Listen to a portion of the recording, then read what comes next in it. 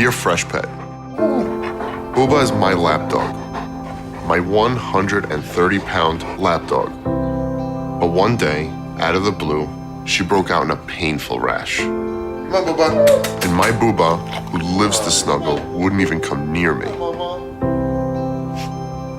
I tried medication and home remedies, Good girl. but nothing helped. Until I looked at her food. Turns out, she was allergic to the additives. So I switched to Fresh Pet. Just fresh meat and veggies, nothing else. She went crazy for it. Pretty soon, her healthy coat was back. And so was the world's biggest lap dog.